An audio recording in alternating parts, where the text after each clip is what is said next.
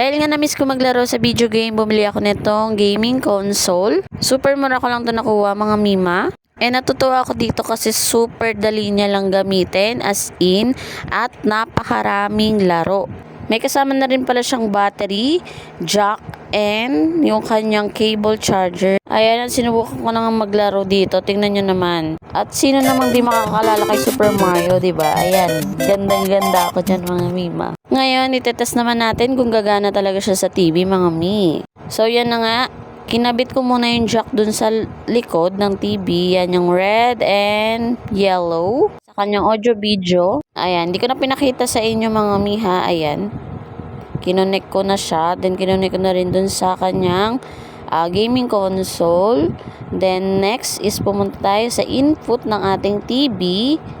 Then, iset nyo lang sa kanyang audio video or AB. Ayan. Kapag naset nyo na sa audio video, ayan, ganyan yung makikita nyo, no signal. Ang gagawin nyo dyan ay buksan nyo ang inyong gaming console. Open nyo lang yan. Ayan. On nyo.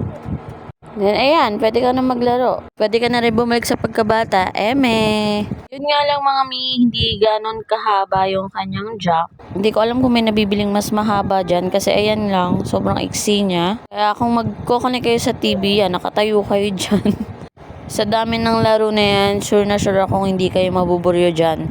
Kung ako sa inyo, bilan nyo na rin yung mga chikiting nyo para iwas screen time. And sure na sure akong mag-enjoy sila dito mga mima. Sa sobrang daming laro neto, sila na lang yung mapapagod, Diyos ko po.